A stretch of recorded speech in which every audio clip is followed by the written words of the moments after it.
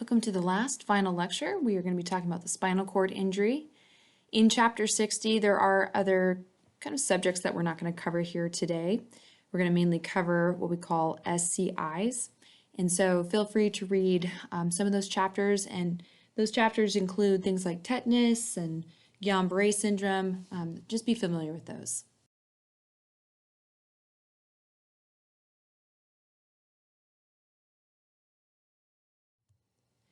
Spinal cord injuries, or SCIs, is caused by trauma or damage to the spinal cord.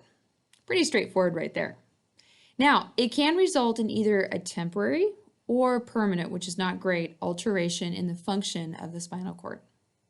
About 12,500 Americans suffer SCIs each year. The number of persons living with an SCI is about 276,000. Young adult men between ages 16 and 30 have the greater risk for having an SCI. And you would just kind of look at the perspective of what kind of activities would these age groups normally be a part of. That could be motocross, maybe high-end sports, maybe something on the water, boating. Now, 81% of the people with SCI are actually male. There has also been an increase in the number of older adults with SCIs. This trend toward older age at time of injury explains the overall increase in mean age of people with SCI from 28 years in the 1970s to 40 years at this time. With improved treatment strategies, even the very young patient with an SCI can anticipate a long life.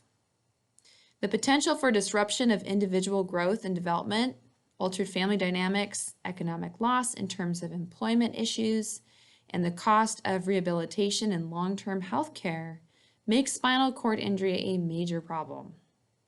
Although many people with SCIs can care for themselves independently, those with the highest level of injury may require round-the-clock care at home or in a long-term care facility. Almost 90% of patients with SCI are discharged from the hospital to home or another non-institutional resident. The remaining 10% are discharged to nursing homes, chronic care facilities, or even group homes.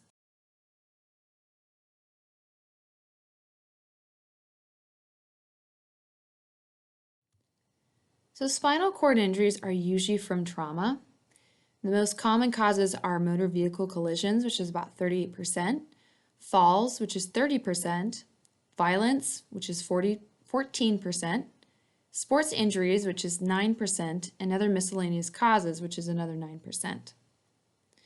So the spinal cord is wrapped in a tough layer of dura and is rarely torn or transected by direct trauma. Spinal injury or cord injury can be due to cord compression by bone displacement, so a fracture in the vertebra, interruption of blood supply to the cord, or traction resulting from pulling on the cord. Penetrating traumas such as a gunshot and stab wound can result in tearing and transection as well.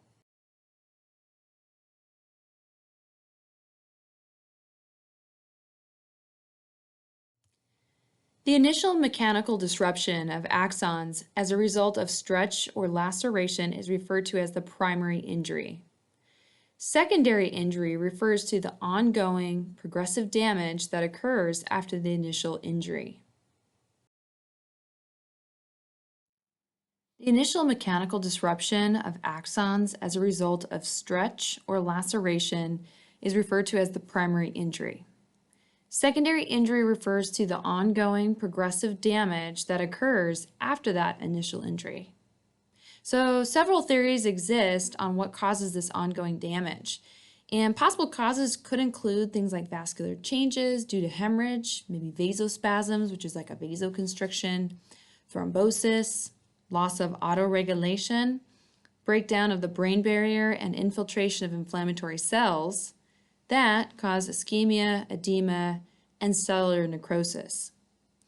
Free radical formation, lipid peroxidation, release of glutamate, and disruption of ionic balance of potassium, sodium, and calcium can lead to neuronal cell death and reduced spinal cord blood flow. What is lipid peroxidation? Well, this is the oxidative degradation of lipids. It is a process in which the free radicals steal electrons from the lipids in cell membranes, resulting in cell damage.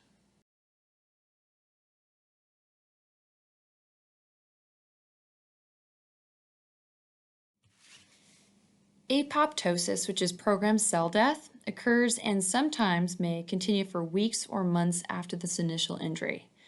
It may lead to scar tissue formation, irreversible nerve damage, and permanent neurologic deficits. The complete cord damage, previously thought to be transection, in severe trauma is related to autodestruction of the cord. Hemorrhagic areas in the center of the spinal cord appear within 1 hour, and by 4 hours there may be infarction in the gray matter.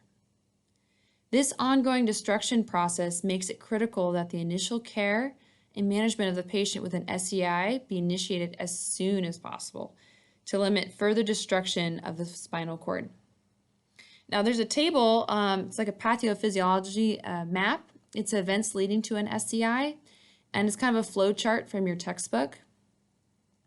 It's a cascade of events causing secondary injury following a traumatic SCI. Usually this results, this hypoxia reduces the oxygen levels below the metabolic needs of the spinal cord. When that happens, lactate metabolites and an increase in vasoactive substances, including norepinephrine, serotonin, and dopamine are noted. At high levels, these vasoactive substances cause vasospasms and hypoxia, leading to subsequent necrosis. Unfortunately, the spinal cord has a minimal ability to adapt to vasospasms.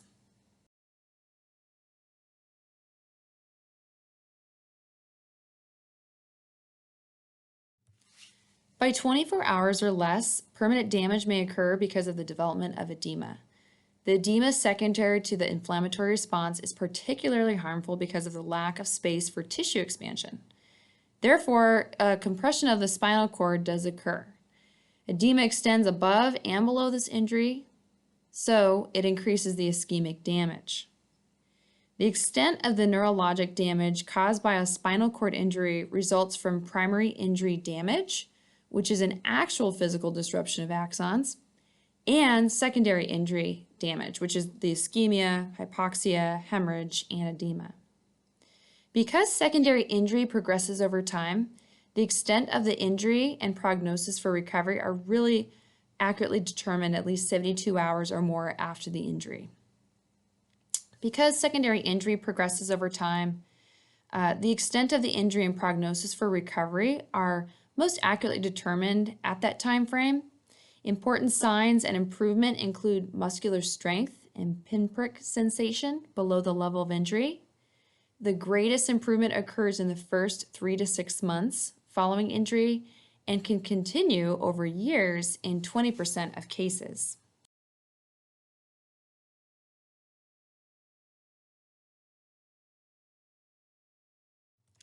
Spinal cord injuries are classified by 1, the mechanism of injury, 2, level of injury, and 3, degree of injury. The major mechanisms of injury are flexion, hyperextension, flexion rotation, extension rotation, and compression. The flexion rotation injury is kind of the most unstable of all injuries because the ligamentous structures that stabilize the spine are torn. This injury is most often implicated in severe neurologic deficits.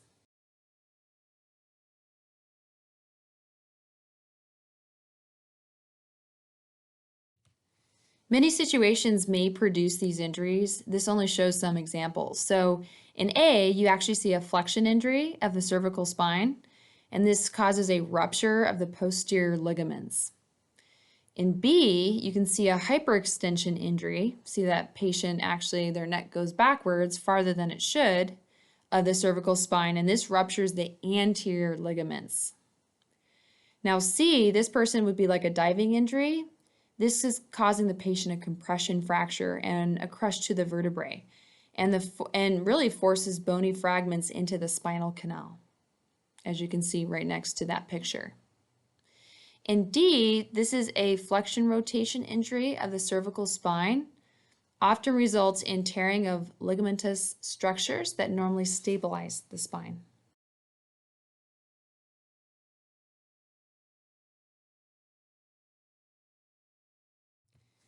It's really always some recommendation to get a diagnostic study when someone's had an injury or traumatic injury. We have multiple ways of looking at the body by doing things like a CT scan, which is really now the gold standard in diagnosing stability of the injury, the location and the degree of injury, as well as degree of spinal canal compromise. Cervical x-rays are obtained when a CT scan is not readily available. Remember, CT scans are pretty much examinations with so many types.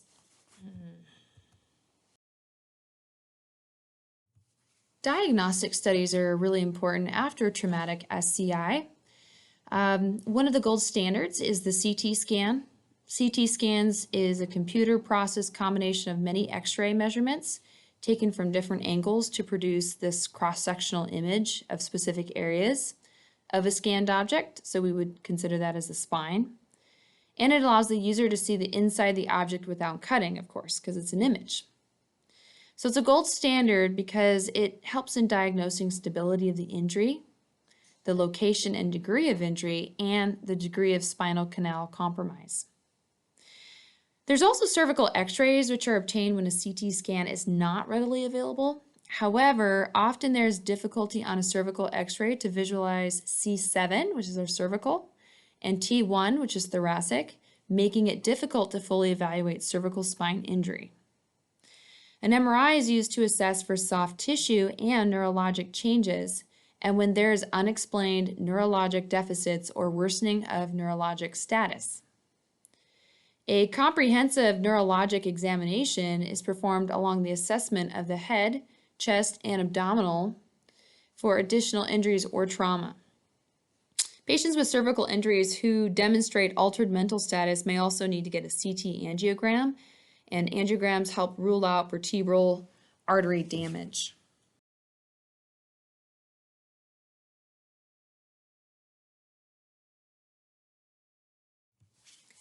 The skeletal level of injury is the vertebral level where there is the most damage to the vertebral bones and ligaments. Neurologic level is the lowest segment of the spinal cord with normal sensory and motor function on both sides of the body. The level of injury may be cervical, thoracic, lumbar, or even sacral. Cervical and lumbar injuries are most common because these levels are associated with the greatest flexibility and movement. If the cervical cord is involved, paralysis of all four extremities do occur, resulting in something called tetraplegia, formerly called quadriplegia. However, when the damage is low in the cervical cord, the arms are rarely completely paralyzed. If the thoracic, lumbar, or sacral spinal cord is damaged, the result is paraplegia. And that's paralysis and loss of sensation in the legs. Affected structures and functions at different levels of the cord injury.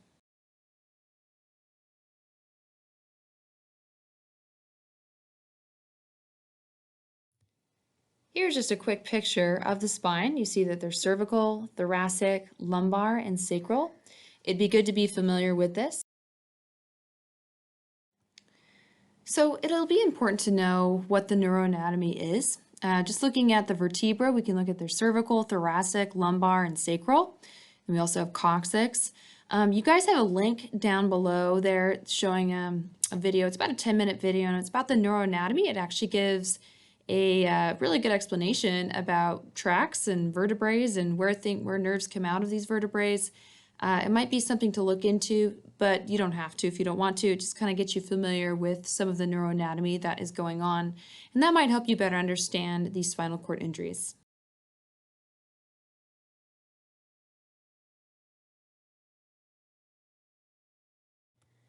The degree of spinal cord involvement may be either complete or incomplete, which is partial.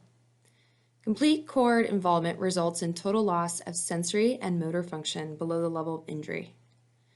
Incomplete cord involvement results in a mixed loss of voluntary motor activity and sensation that leaves some tracts intact. The degree of sensory and motor loss varies depending on the level of injury and reflects the specific nerve tract damaged. 6 syndromes that are associated with incomplete injuries are central cord syndrome, anterior cord syndrome, Brown-Séquard syndrome, posterior cord syndrome, quada equina syndrome, and conus medullaris syndrome.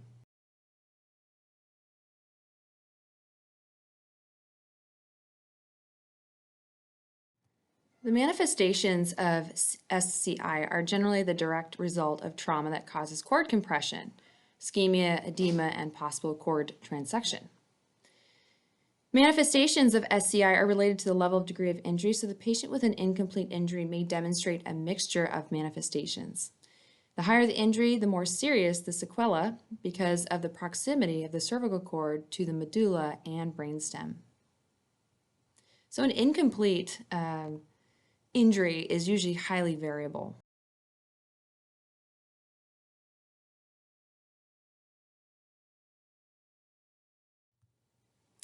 So this is just another picture from the previous slide, same picture as before.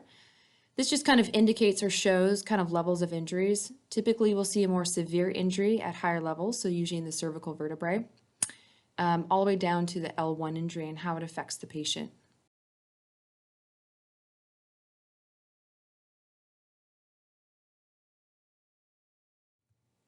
So central cord syndrome is caused from damage to the central spinal cord. This occurs most commonly in the cervical cord region, more common in older adults, and results in motor weakness and sensory loss that are present in both upper and lower extremities.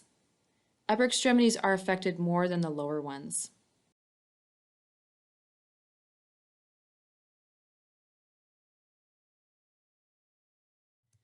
So on each of these slides, look at to the right upper part of the slide. It'll show you kind of what areas in red are affected. So in terms of anterior cord syndrome, you can see in the red areas where that's located specifically. Anterior cord syndrome is caused by damage to that anterior spinal artery. It results in compromised blood flow to the anterior spinal cord. Typically results from injury causing acute compression of the anterior portion of the spinal cord, often because of a flexion injury. Motor paralysis and loss of pain and temperature sensation below the level of injury occurs. Because posterior cord tracts are not injured, sensations of touch, position, vibration, and motion remain intact.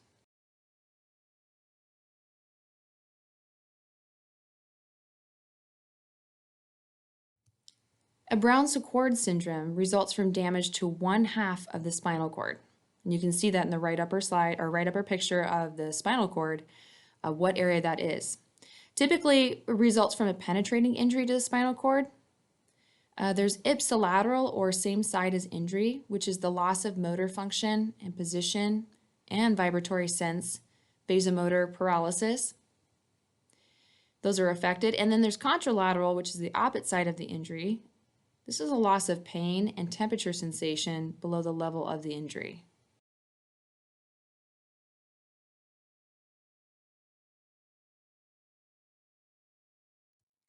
Posterior cord syndrome results from compression or damage to the posterior spinal artery.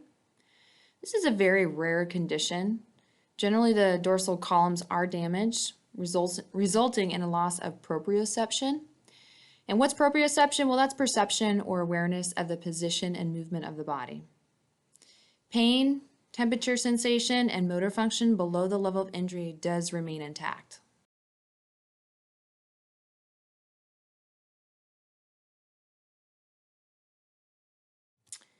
Conus medullaris syndrome and quada equina syndrome results from damage to the conus, which is the lowest portion of the spinal cord, and quada equina, which is lumbar and sacral nerve roots. Flaccid paralysis of the lower limbs and areflexia or flaccid bladder and bowel can occur. Asymmetric distal weakness, patchy sensation in the lower extremities can also occur. Complete loss of sensation between legs and over buttocks, inner thighs, and back of legs called the saddle area. And someone may develop severe radicular and asymmetric pain.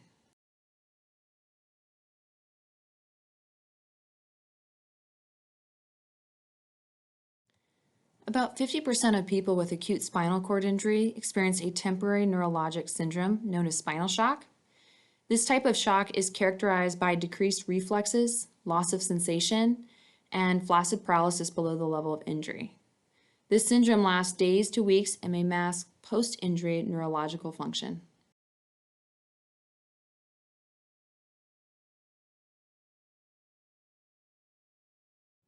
Neurogenic shock, in contrast to spinal shock, is due to the loss of vasomotor tone caused by injury and is characterized by hypotension and bradycardia. So it's all low blood pressure, low heart rate. Loss of sympathetic nervous system innervation causes peripheral vasodilation, venous pooling, and decreased cardiac output. These effects are generally associated with a cervical or high thoracic injury like T6 or higher.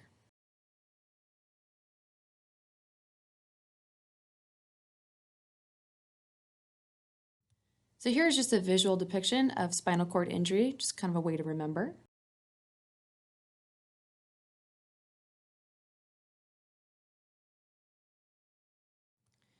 Respiratory complications closely correspond to this level of injury. Cervical injuries above the level of C4 present special problems because of the total loss of respiratory function. Mechanical ventilation is required to keep the patient alive.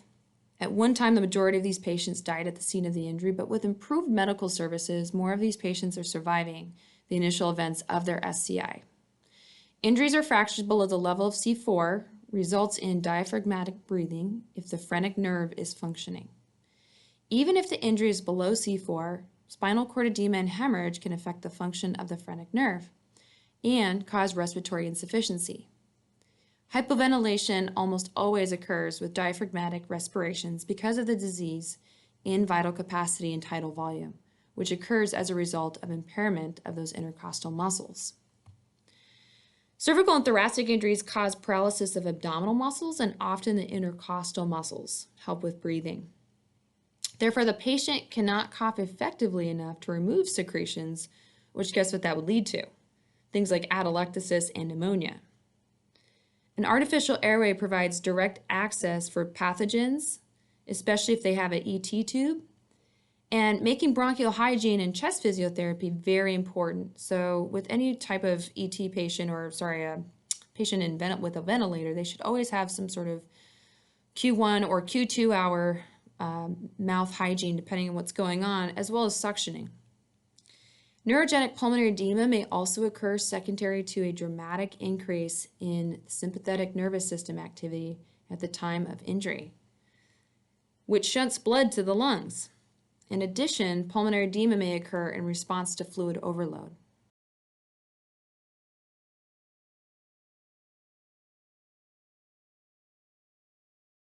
So if there is respiratory dysfunction, we need to regularly assess breath sounds, which is our nursing assessment.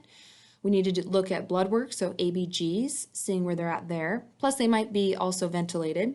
We should look at tidal volume, vital capacity, which is what the ventilator will also help us with. What's their skin color? Are they looking cyanotic? What's their breathing pattern? Especially the use of accessory muscles. And what are some subjective comments about the ability to breathe? Are they able to do it independently, or do they need a lot of help? And the amount of color of sputum. I think looking to see if there's any changes occurring, because remember, sputum, if sitting there too long, can turn into an auger for bacteria, or it could be an indication of pneumonia. A PaO2, or partial pressure of oxygen in the arterial blood, greater than 60 millimeters per mercury, and a PaCO2, which is partial pressure of carbon dioxide in arterial blood, less than 45 millimeters per mercury, are acceptable values in a patient with uncomplicated tetraplegia, which is quadriplegia. A patient who is unable to count to 10 aloud without taking a breath needs immediate attention. In addition to monitoring, you can intervene to maintain ventilation. Aggressive chest physiotherapy, adequate oxygenation, and proper pain management are essential to maximize respiratory function and gas exchange. So administer oxygen until ABGs stabilize, chest physiotherapy, and assist coughing facilitation to kind of help with the excretion of secretions. Assist or augment coughing stimulates the action of an ineffective abdominal muscle during the expiratory phase of cough. Place the heels of both hands just below the xiphoid process and exert firm pressure to the area timed with the patient's effort to cough. So pressing on the xiphoid process when they're ready to cough, just in terms of the expiratory, when they're that's when you're pressing on it, the xiphoid process. Perform tracheal suctioning if any crackles or rhonchi are present, and we really should be using an incentive spirometer to really check to see that lung capacity as an additional technique, and this might really help improve the patient's respiratory status.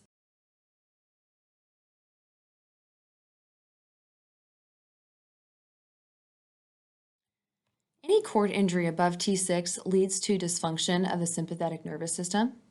The result is bradycardia, peripheral vasodilation, and hypotension, which is low blood pressure. Peripheral vasodilation causes a relative hypovolemia because of the increase in the capacity of dilated veins. It also reduces venous return of the blood to the heart. Cardiac output then decreases, leading to hypotension. Other injuries can also cause hemorrhagic shock and further reduce blood pressure. It is important to identify all causes of hypotension in the person with an SCI. Because of unopposed vagal response, the heart rate is slowed, often to less than 60 beats per minute. Any increase in vagal stimulation, such as turning or suctioning, can result in cardiac arrest. Can you believe it? Loss of sympathetic nervous system tone in peripheral vessels, again, result in chronic low blood pressure with potential postural hypotension. Lack of muscle tone to aid venous return can result in sluggish blood flow and actually predispose this patient to a DVT, or a deep vein thrombosis.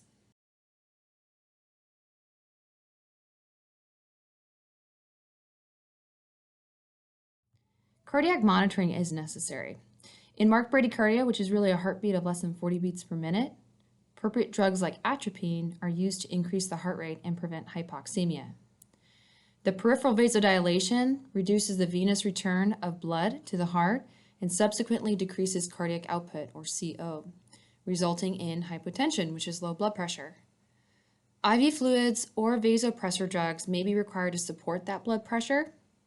Vasopressor agents such as dopamine are used in the acute phase as treatments, and these agents are used to maintain the mean arterial pressure at a level greater than 98 millimeters per mercury, so that perfusion to the spinal cord is improved. Drug metabolism is altered in patients with SCI. Therefore, drug interactions may occur. The difference in drug metabolism correlate with level and completeness of injury, with greater change apparent in people with cervical injury than in those with injury at lower spinal levels. It's key for us to have frequent assessments such as vital signs, especially if blood loss has occurred from other injuries, maybe checking on lab work like hemoglobin hematocrit levels, and blood should be administered according to per protocol. So if they're low on hemoglobin hematocrit because of acute blood loss, they might be a candidate to getting packed red blood cells. Also monitor the patient for indications of hypovolemic shock secondary to hemorrhage, and assess the thighs and calves of the legs every shift for signs of things like DVT. Does anyone know what signs of DVT look like? Could be a deep reddish color, edema, and of course pain. Sequential compression devices are compression gradient stockings, can be used to prevent thromboemboli or DVT and promote venous return. Typically, we want to remove these stockings every 8 hours for skincare. A venous duplex study may be performed before applying compression devices. Also, regularly perform range of motion exercises and stretching, so have them kind of flex their foot, dorsiflex. Prophylactic heparin or low molecular weight heparin, which is Lovenox, may be used to prevent DVT unless contraindicated. What do you think some contraindications would be? Well, contraindications include things like internal bleeding and recent surgery. Pulmonary embolism is one of the leading causes of death in patients with SCI, and this is because of issues of risk of DVT and things that are kind of embolize it. Well, they are traveling through the body and maybe are left in the pulmonary area, which is pulmonary embolism. And usually a DVT is common, usually in the first 3 months. It is usually difficult to detect a DVT in a person with an SCI because the usual signs and symptoms such as pain and tenderness might not be present.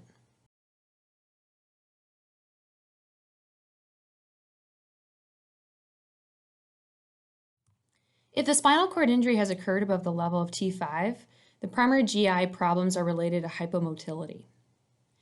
Decreased GI motor activity contributes to the development of what we call paralytic ileus, which means it's pretty much that part of the intestines are not moving anything through or having any peristalsis. And it can cause gastric distension. So an NG tube or a nasogastric tube for intermittent suctioning may relieve this gastric distension. Does anyone know what drug kind of promotes gastric emptying? If you guessed Reglan or metoclopramide, you are right. This may be used to treat delayed gastric emptying. The development of stress ulcers is also common because of excessive release of hydrochloric acid in the stomach. Intra-abdominal bleeding may occur and is difficult to diagnose because the person with an SCI may experience no pain or tenderness. Continued hypotension in spite of vigorous treatment and decreased hemoglobin hematocrit may indicate bleeding. And we can also look at their skin. Are they looking paler? Are they feeling more fatigued? Something else to look at is actually an expanding girth of the abdomen, especially with an abdominal bleed. Plus, we'd also look at the stool, because if these ulcers are causing a slow bleed, then we might see a darker or black tarry stool or even occult frank blood.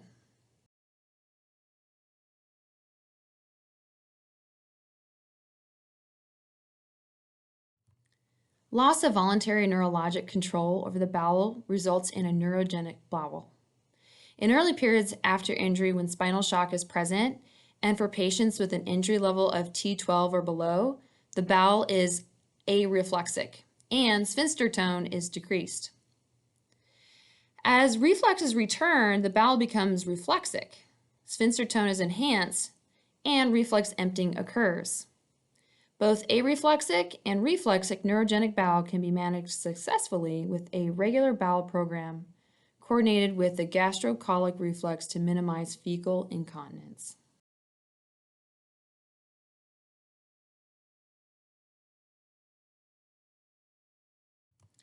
I mentioned before NG suctioning as a treatment for gastric distension, but this can also lead to metabolic alkalosis because we are taking out stomach acid in a sense, so it's leading them to becoming more alkalinic. And this causes them to decrease in terms of tissue perfusion, which may lead to also acidosis. So we might be causing problems with just gastric suctioning.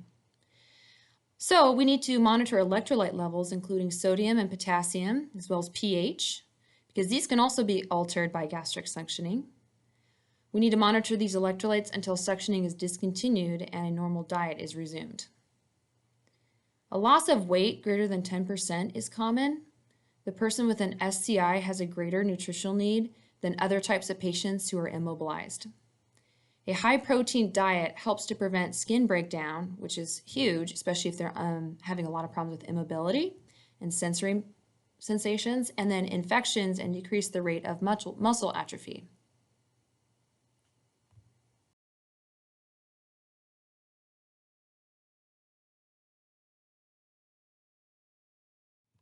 Again, during the first 48 hours to 72 hours after the injury, the GI tract may stop functioning, which is a paralytic ileus. And a NG tube must be inserted to help with maybe distension as well as decompression. Because the patient cannot have oral intake, carefully monitor that fluid and electrolyte status, as I said before. Again, specific solutions and additives are ordered based on individual requirements. But once the bowel sounds are present and flatus is passed, oral foods and fluids can gradually be introduced. Because of the patient's severe catabolism, a high-protein diet, high-calorie diet is necessary for energy and tissue repair. In patients with high cervical cord injuries, you really need to evaluate swallowing before starting oral feedings. If the patient is unable to resume eating, you might have to introduce parental nutrition or enteral nutrition, which may be used to provide nutritional support. Now, some other aspects to look at is some patients experience anorexia, which can be due to depression, boredom with institutional food, or discomfort at being fed, often by a hurried nurse. Some patients have a normally small appetite. Occasionally, refusal to eat is used as means of maintaining control over the environment because of diminished or absent body control. General measures such as providing a pleasant eating environment, allowing adequate time to eat, which includes any self-feeding the patient can achieve, encourage the family to bring special foods in, and planning social rewards to eating may be useful. Keep a calorie count and record on the patient's daily weight as means of evaluating this progress. If feasible, the patient should participate in recording calorie intake. Dietary supplements may be necessary to meet these nutrition needs, and we can't forget dietary fiber, as this will help with promoting bowel function.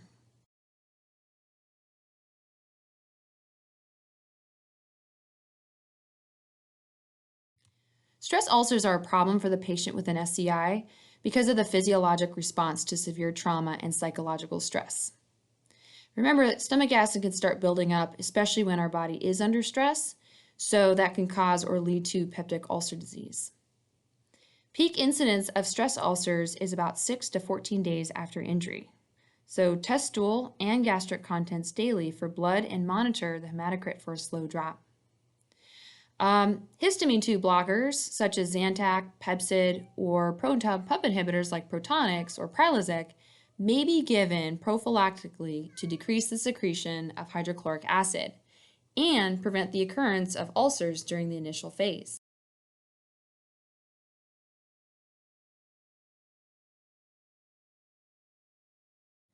Urinary retention is a common development in acute SCIs and spinal shock. While the patient is in spinal shock, the bladder is atonic and becomes over-distended. An indwelling catheter is inserted to drain the bladder. In the post-acute phase, the bladder may become hyperirritable with loss of inhibition from the brain resulting in reflux emptying. Chronic indwelling catheterization does increase risk factors in terms of infection. So really this is not great, but good care of that area, peri-cleaning, etc. will help prevent that.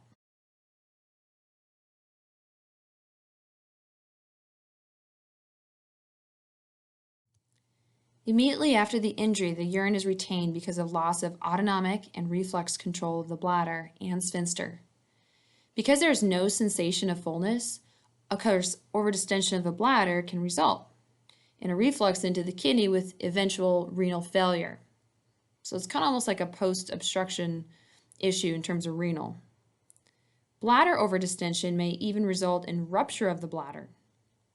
That's quite a bit of cc's, more than 1,000, but again, it depends on the patient's bladder size. Consequently, an indwelling catheter is usually inserted as soon as possible after injury, so we need to ensure the patient has patency of the catheter by frequent inspection and irrigation if necessary. Now, in some institutions, a physician's order is required for this procedure. Strict aseptic technique for catheter care is essential to avoid introducing infection.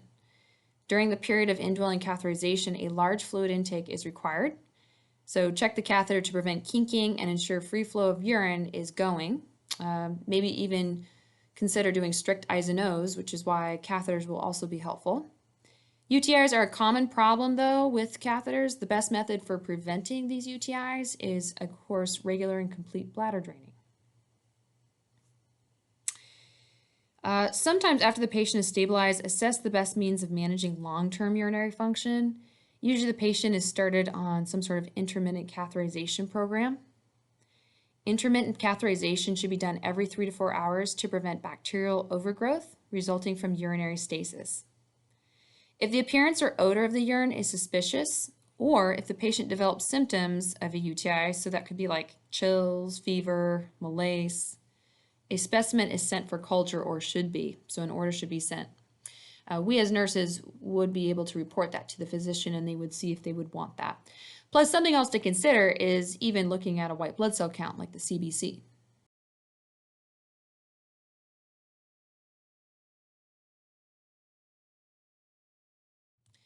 Constipation is generally a problem during spinal shock because no voluntary or involuntary reflux evacuation of the bowel occurs.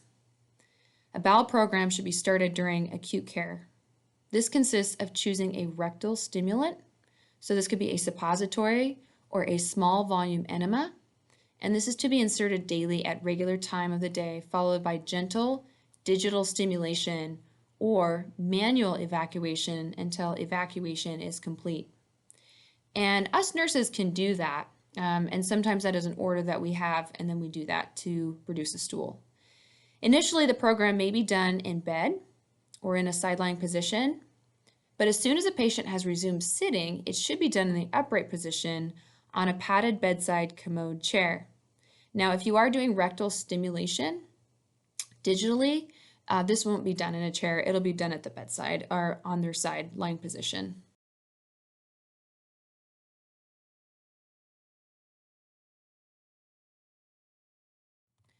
A major consequence of lack of movement is the potential for skin breakdown over bony prominences in areas of decreased or absent sensation.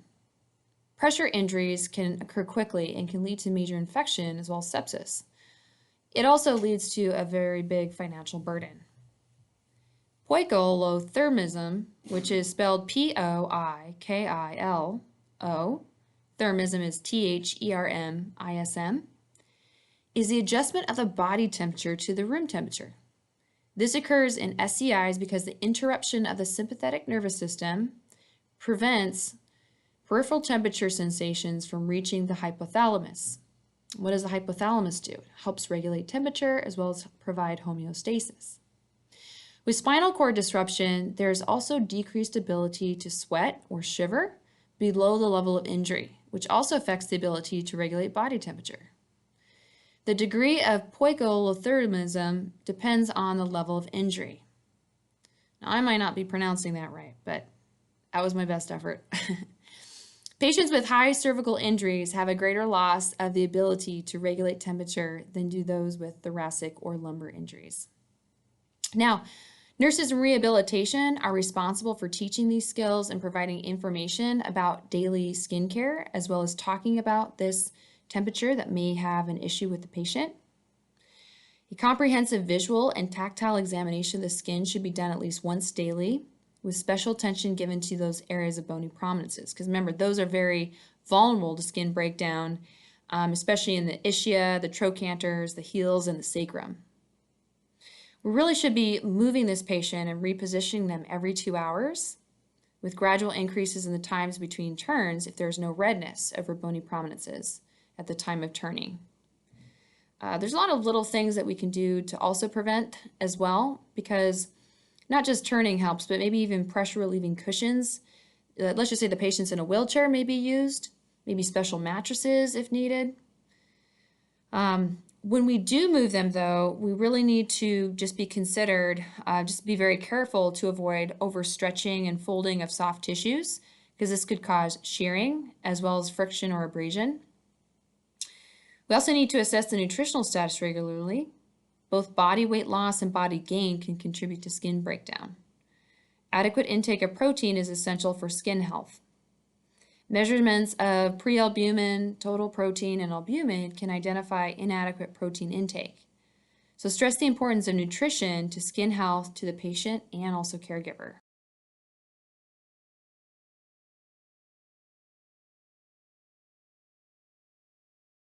Because there is no vasoconstriction, piloerection, or heat loss through perspiration below the level of injury, temperature control is largely external to the patient. So monitor the environment closely to maintain an appropriate temperature. Also, regularly monitor body temperature, and that would be doing some vital signs. Do not overload patients with covers or unduly expose them, such as during bathing. Make sure that you're just keeping a very close eye on it. If an infection with high fever develops, more extensive means of temperature control, such as a cooling blanket, may be necessary, as well as medication management like Tylenol, which is an antipyretic.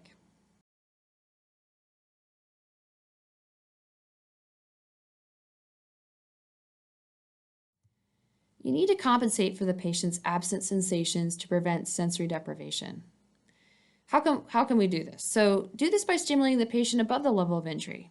Conversation, music, and interesting foods can be a part of that nursing care plan. Provide things like prism glasses so the patient can read and watch television. Some of you may ask, well, what are prism glasses? Prism glasses are designed for use by individuals with mobility or severe physical disabilities, such as spinal cord injury. These glasses have right-angle prisms to provide a 90-degree downward angle to enable users to read, write, or watch television while lying down without lifting or moving their heads. We also want to make every effort to prevent the patient from withdrawing from the environment. We really don't want them to give up and kind of fall into a slippery slope of things like depression or other. Patients with an SCI often report altered sensorium and vivid dreams during the acute phase of their treatment. Whether this is due to drugs used to manage pain and anxiety, it's not really known. Patients may also experience disrupted sleep patterns as a result of the hospital environment, which I could totally see, or post-traumatic stress disorder. And hospital environments we try to create this very quiet environment, but a lot of times it's hard because if they work night shift, for instance, there's a lot of disruptions like vital signs, assessments, maybe even medication management, especially if there's pain or if there's fever, etc., plus the Q2 hour turns possibly.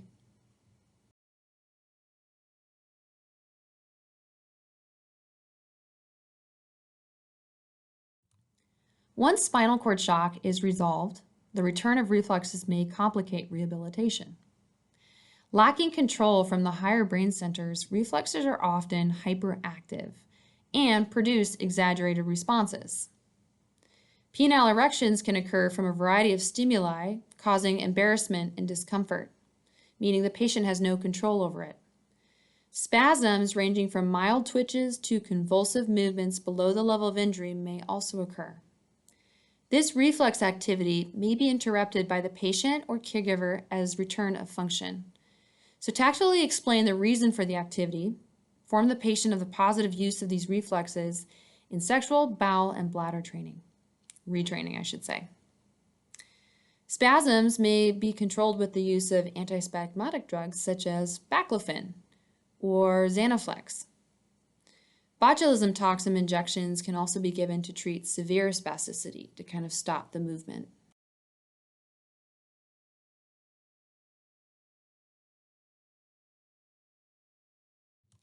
The return of reflexes after the resolution of spinal shock means that the patient with an injury level of like a T6 or higher may develop autonomic dysreflexia. Autonomic dysreflexia, also known as autonomic hyperreflexia, is a massive, uncompensated cardiovascular reaction mediated by the sympathetic nervous system. So what does it involve? It involves stimulation of sensory receptors below the level of SCI.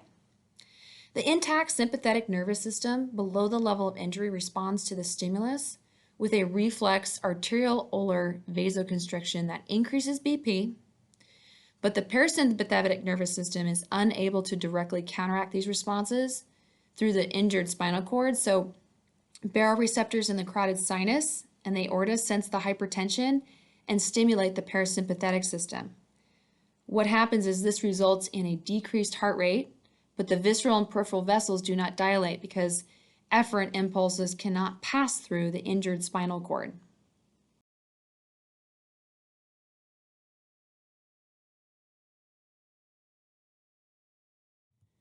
The most common precipitating cause of autonomic dysreflexia is a distended bladder or rectum. However, any sensory stimulation may cause this autonomic dysreflexia.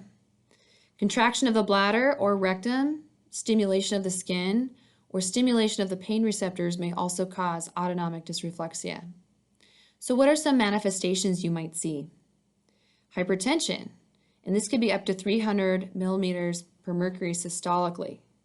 Maybe a throbbing headache, marked diaphoresis above the level of injury, and bradycardia, which is about 30 to 40 beats a minute.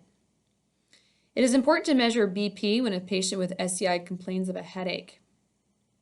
Remember, there's hypertension involved in autonomic dysreflexia. Some other clinical manifestations you might see is like a piloerection or erection of body hair as a result of pilomotor spasm. Maybe the person has nausea, anxiety, even nasal congestion, blurred vision or spots in the visual field. Flushing of the skin above the level of injury could also be other manifestations.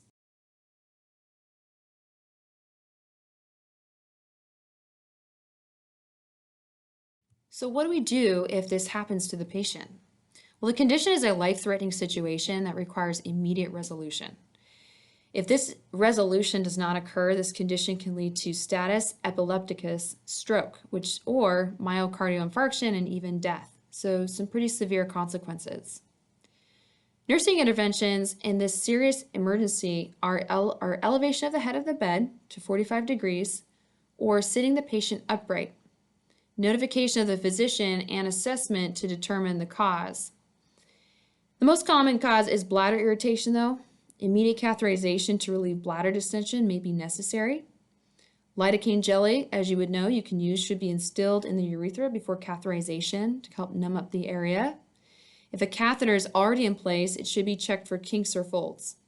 If plugged, small volume irrigation should be performed slowly and gently to open a plugged catheter, or a new catheter may be inserted.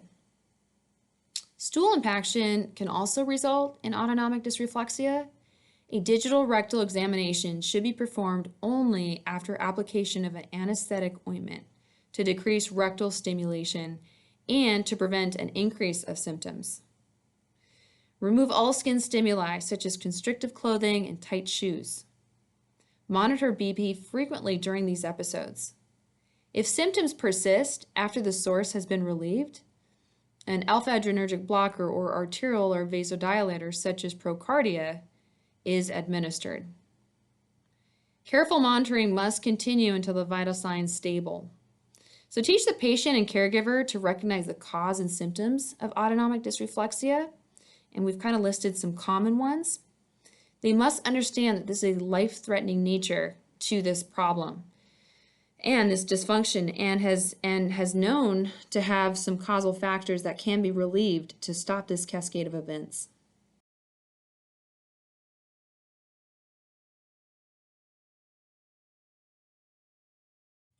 Here's just a good visual of a depiction of autonomic dysreflexia, so please review.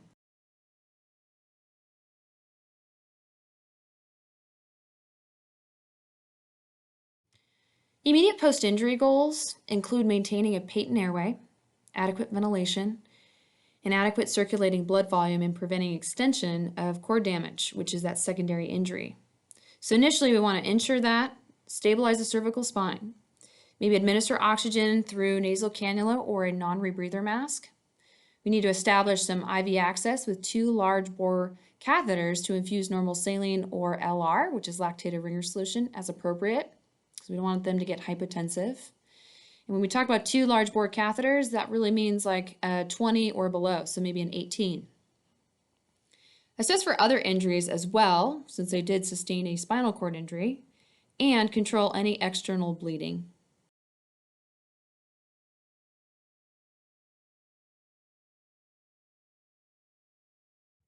So ongoing monitoring should include vital signs, that's temp, blood pressure, etc., LOC, oxygen saturation, cardiac rhythm, urine output, and stool output. We need to keep them warm. We need to monitor for urinary retention or hypertension. We need to also anticipate need for any intubation if gag reflex is absent. As you can see, we need to monitor and reassess and reassess and reassess. And what I have listed on the slide is vital signs. What is it trending? Where is it going? And where we want it to be.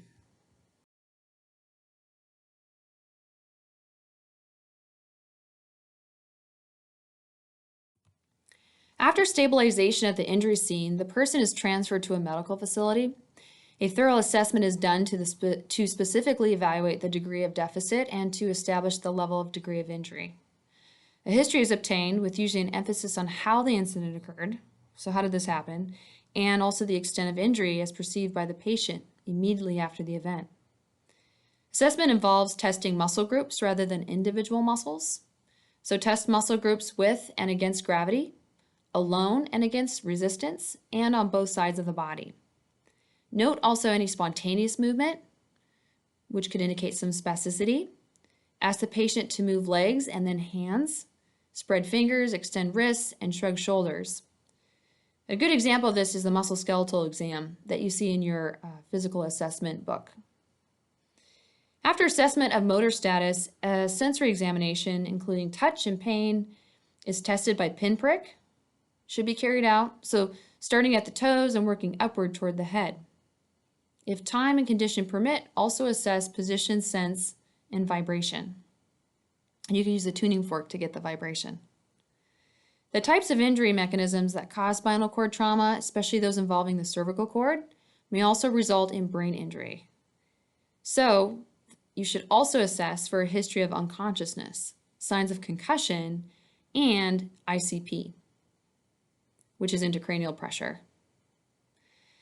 In addition, perform a careful assessment for musculoskeletal injuries and trauma to the internal organs. Because the patient has no muscle, bone, or visceral sensation, the only clue to internal trauma with hemorrhage may be a rapidly elevated blood pressure and increasing pulse. Examine the urine for hematuria, which is also indicative of internal injuries.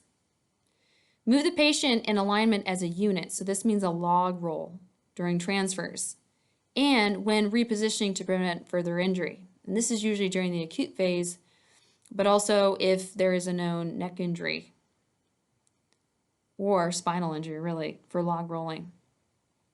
Monitor respiratory, cardiac, urinary, and GI functions. The patient may go directly to surgery following initial immobilization and stabilization, or to the ICU for monitoring and management.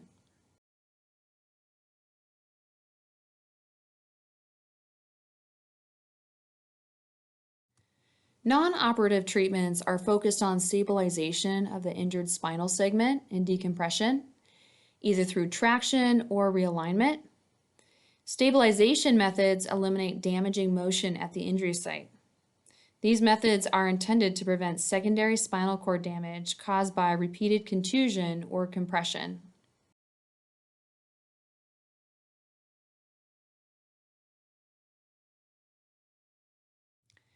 Proper immobilization of the neck involves the maintenance of a neutral position. Use a blanket or towel roll, a hard cervical collar, and a backboard to stabilize the neck to prevent lateral rotation of the cervical spine. If a patient actually has a hard cervical collar, they should never ever have a pillow underneath their neck. The body should always be correctly aligned. Turning should be performed so that the patient is moved as a unit, so that's log rolling to prevent a movement of the spine.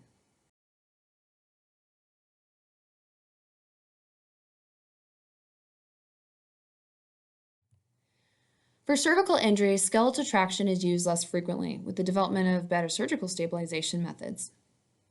But when skeletal traction is used, realignment or reduction of the injury is targeted.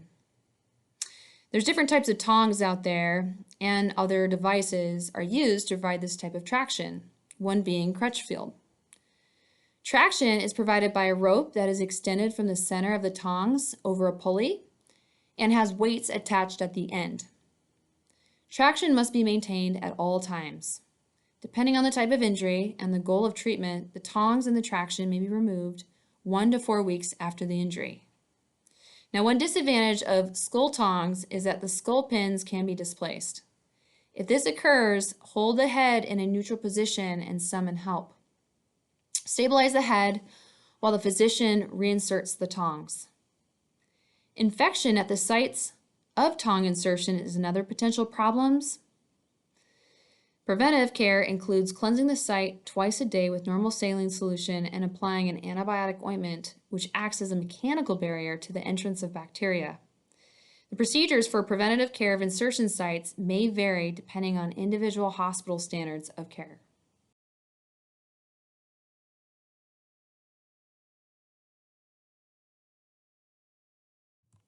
Special beds are often used in the management of a patient with an SCI. So kinetic therapy uses a continual side-to-side slow rotation laterally with the patient in constant motion. The bed allows a frequency of turns greater than 200 times per day. The bed is used to decrease the likelihood of pressure sores and cardiopulmonary complications, which is great. However, though, in some patients, the turning can induce this motion sickness and fear of falling out of bed when turned to the extremes. I have to say, motion sickness is unlikely when automatic rather than manual turning is used.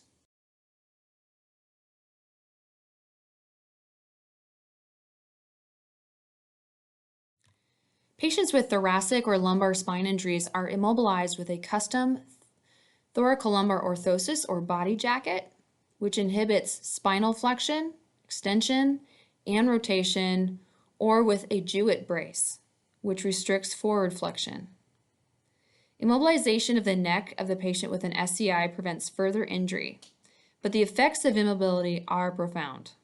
So meticulous skin care is critical because decreased sensation and circulation make the patient particularly susceptible to skin breakdown. Remove patients from backboards as soon as possible and replace them with other forms of immobilization to prevent that coccygeal and occipital area skin breakdown. Properly fit cervical collars are necessary, and inspect the areas under the halo vest or jacket or under braces or orthosis to assess the skin conditions.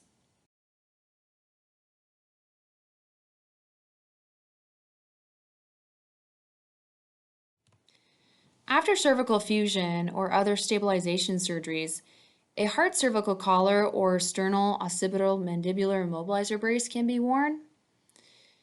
In a stable injury for which surgery is not done, a halo fixation apparatus may be applied.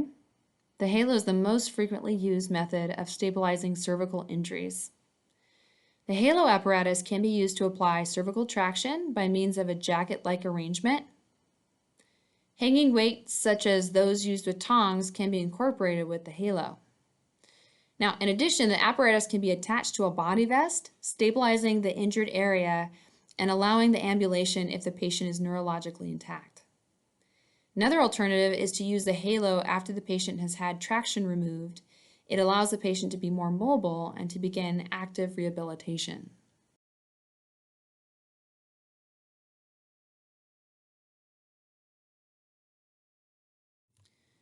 Surgery stabilizes the spinal column. Early cord decompression to decrease pressure may result in reduced secondary injury to the spinal cord, and therefore you're going to improve your outcomes with this patient. Now, other criteria used in the decision for early surgery include evidence of a cord compression, progressive neurologic deficit, compound fracture of the vertebrae, bony fragments which may dislodge and penetrate the cord, and penetrating wounds of the spinal cord or surrounding structures. The more common surgical procedures include decompression laminectomies by the anterior cervical and thoracic approaches with fusion, which means they fuse the bone together, posterior laminectomy with the use of acrylic wire mesh and fusion, and insertion of stabilizing rods.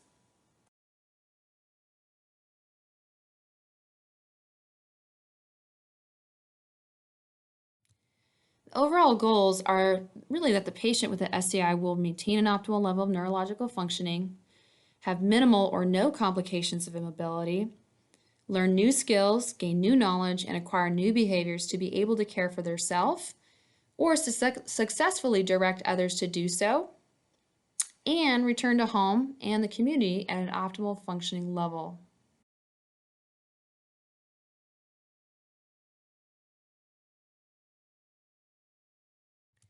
Nursing interventions for the prevention of an SCI include identification of high-risk populations, counseling, and teaching.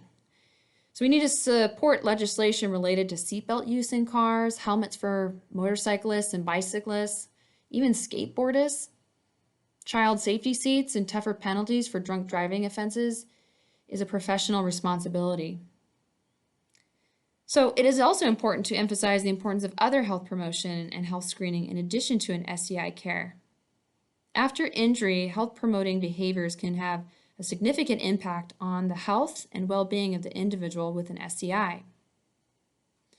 Nursing interventions include teaching, counseling, and referral to programs such as smoking cessation classes, recreation and exercise programs, and alcohol treatment programs, as well as maintaining routine physical examinations for non-neurologic problems. Outpatient healthcare requires that screening and prevention programs can be accessible to people with an SCI. Nurses in these settings should facilitate wheelchair accessible examination rooms, adjustable height examination tables, and scheduling that allows extra time if needed.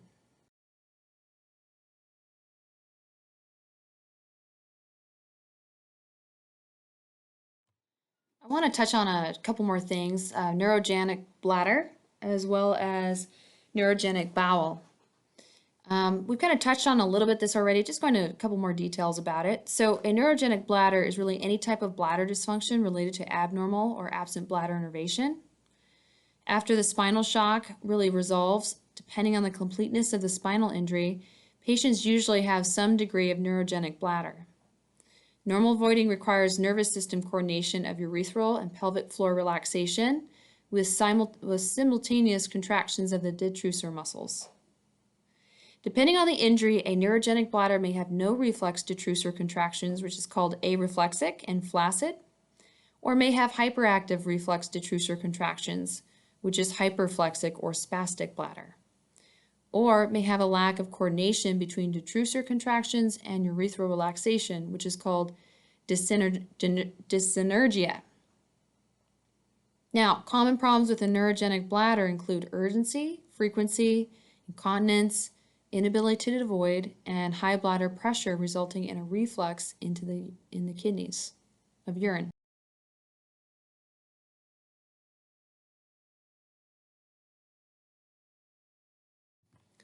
Many factors are considered when selecting a bladder management strategy.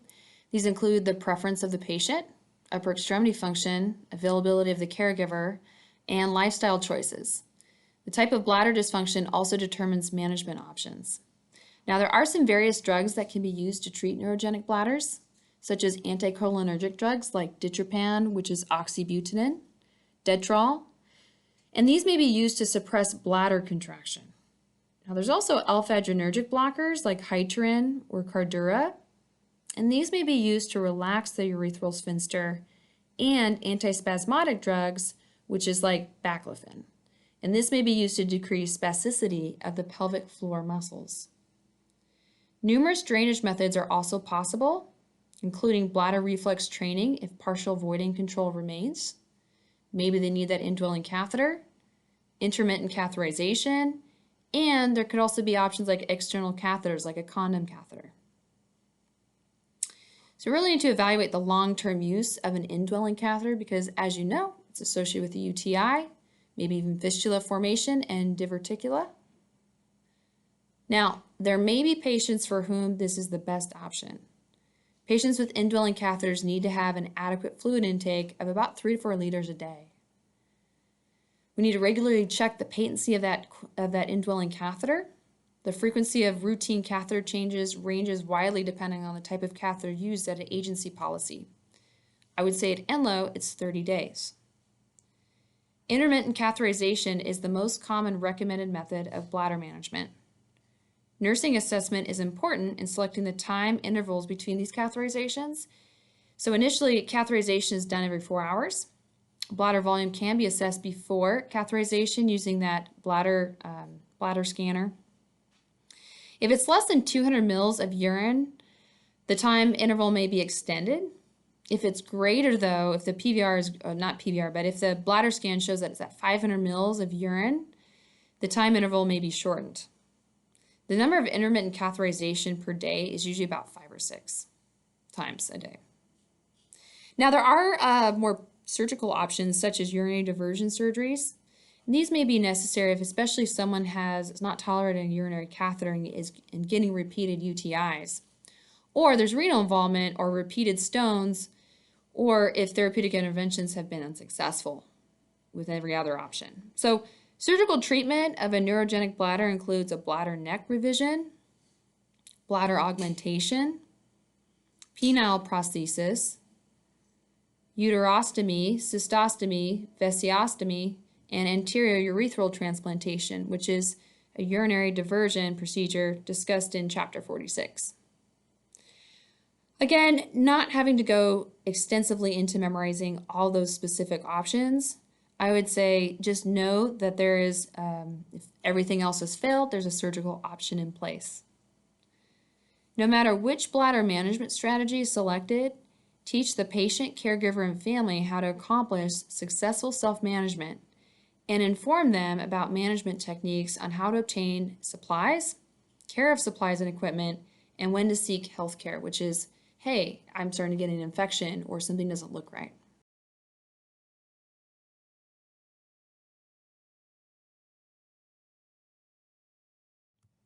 Careful management of bowel evacuation is necessary, as I stated before, because voluntary control of this function may be lost.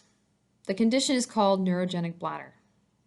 The usual measures for preventing constipation usually include high fiber diet and adequate fluid intake. However, these measures by themselves may not be adequate to stimulate evacuation. So we might need to include things like suppositories, so a Dulcolax or glycerin suppository, or again, a small volume enema and digital stimulation.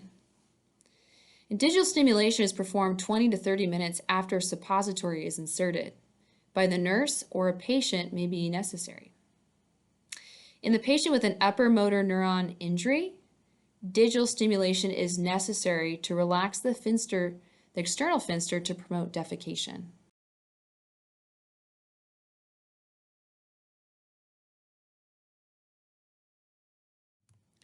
A stool softener such as Colace can be used to regulate stool consistency, and I'm sure many of you guys have had experience now with Colace.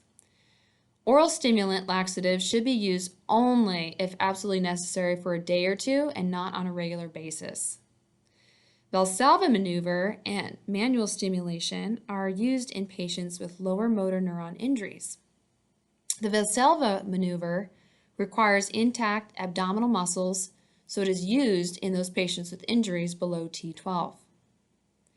Timing of defecation may also be an important factor. If bowel evacuation is planned for 30 to 60 minutes following the first meal of the day, this may enhance success by taking advantage of the gastrocolic reflex induced by eating. This reflex also can be stimulated by drinking a warm beverage immediately following the meal. In general, a bowel movement every other day is considered adequate. However, pre-injury patterns should be considered. Fecal incontinence can result from too much stool softener, as you know, so we would just be aware of some hypertherapeutic effects.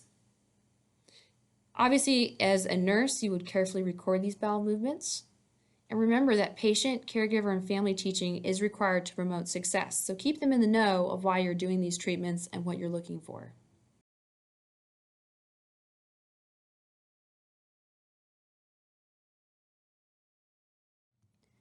This picture is to show you the complexity of the crazy spinal cord. We have the descending as well as ascending tracts and what their roles are. So looking at this picture, looking at specific areas that could be affected, kind of makes more sense why we might have certain deficiencies depending on the level of injury and which areas of the spinal cord are affected.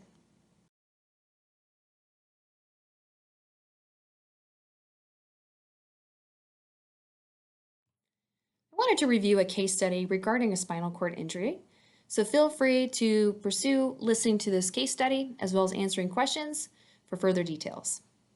So this is a client. He's an 18-year-old man who suffered a spinal cord injury at the level of C5, which is cervical, during a boating accident. He is currently in rehab with assisted ventilation and has quadriplegia or tetraplegia. He has a reflex neurogenic bladder that fills and empties automatically. The nursing staff is teaching the client's 17-year-old wife techniques to facilitate bladder emptying and intermittent catheterization.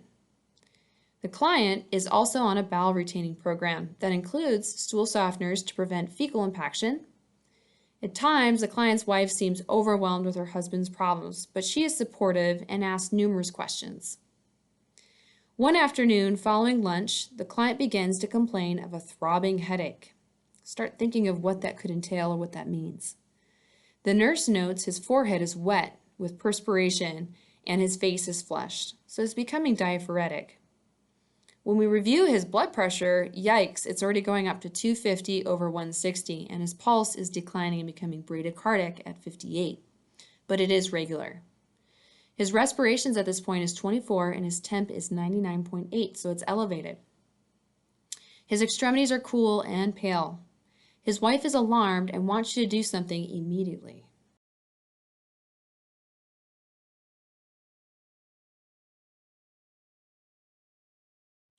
So looking at this case scenario, we can ask yourself some questions. Question 1 says, what inferences can you make about the client's physical condition and current problem? Well, we really should be reviewing complications associated with spinal cord injury. We know that he had a cervical spine injury, and we need to compare clinical manifestations of suspected complications with the client's clinical problems. We need to consider possible problems, especially what I'm concerned about is autonomic dysreflexia. Now, why is he getting that would be the next question. Question 2 says, what are the causes or contributing factors to the client's current problems?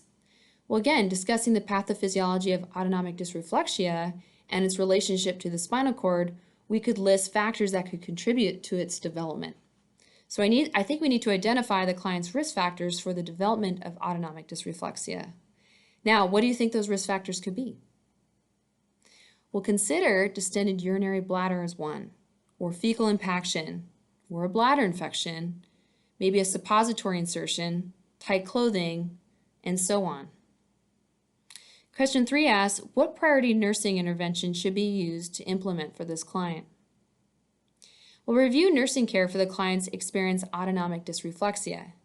Consider interventions such as elevating the head of the bed to 45 degrees, removing the offending stimulus such as the urinary catheter, checking his bladder for distension, checking for rectal impaction, checking for wrinkles or tight-fitting clothing would be another. Question 4 asks, if you were the client's wife, how could the nurse best help you? Well, you need to eval your ability to deal with the husband, especially due to the age of this patient. They're 17 years old. Predict the success of your ability to assume responsibility for him. Consider interventions that are both supportive and beneficial, such as teaching the patient, allowing them to participate if needed, discussing alternatives, and offering information about referrals.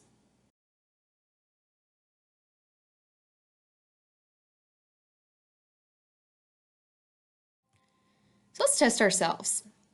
A patient is just admitted to the hospital following a spinal cord injury at the level of T4.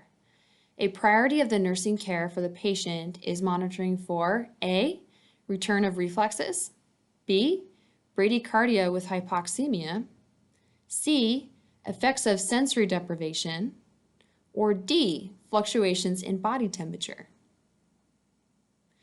We're talking about a high priority for the nursing care. So what is the most important out of all of these? Well, the most important is the answer B. This is bradycardia with hypoxemia. What are you going to die from first? Probably the ABCs, which is airway, breathing, circulation. Neurogenic shock is due to loss of vasomotor tone caused by injury and is characterized by hypotension and bradycardia. So this patient is probably in neurogenic shock, which are important clinical clues. Loss of that sympathetic nervous system innervation causes peripheral vasodilation, venous pooling, and decreased cardiac output. These effects are generally associated with a cervical or high thoracic injury, which is the T6 or higher. Injury or fracture below the level of C4 results in diaphragmatic breathing if the phrenic nerve is functioning. Even if the injury is below C4, spinal cord edema and hemorrhage can affect the function of the phrenic nerve and cause respiratory insufficiency. Hypoventilation almost always occurs with diaphragmatic respirations because of the decrease in vital capacity and tidal volume, which occurs as a result of impairment of the intercostal muscles. Cervical and thoracic injuries causes paralysis of abdominal muscles and often intercostal muscles. So the patient cannot cough effectively enough to remove secretions, leading to something called atelectasis and pneumonia. So as you can see, a lot of things can happen with just the T4.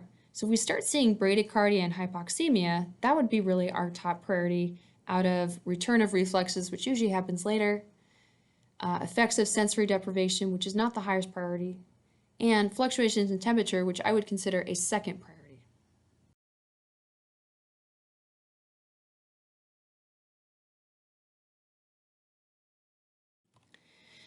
Another question is, a young adult is hospitalized after an accident that resulted in a complete transection of the spinal cord at the level of C7.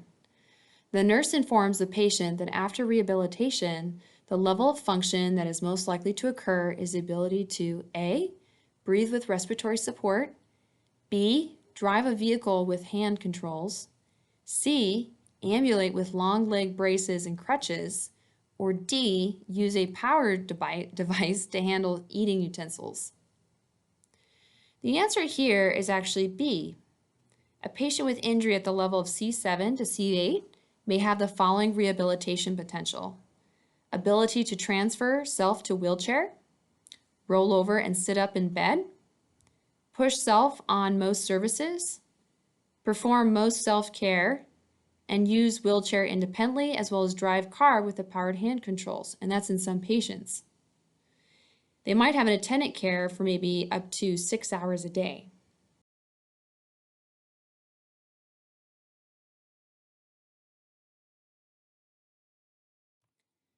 During assessment of a patient with a spinal cord injury at the level of T2 at the rehabilitation center, which finding would concern the nurse the most? A heart rate of 92, B, a reddened area over the patient's coccyx, C, marked perspiration on the patient's face and arms, D, a light inspiratory wheeze on auscultation of the lungs. Again, this question is asking what is the biggest concern here with these set of scenarios? Well, if you answered C, you were correct. Autonomic dysreflexia is a massive, uncompensated cardiovascular reaction mediated by a sympathetic nervous system. And as we've talked pretty in depth, it can occur as a response to visceral stimulation once spinal shock is resolved. And this can happen in patients with spinal cord lesions. It is a life-threatening condition and can include bradycardia, a throbbing headache, marked diaphoresis above the level of lesion. And you can see that this patient's not bradycardic because the heart rate's at 92, but there's marked perspiration on the patient's face and arms. And would that include that level of injury, so T2? So there's other, for instance, manifestations as well, but C kind of marks the autonomic dysreflexia manifestation that is the most concerning.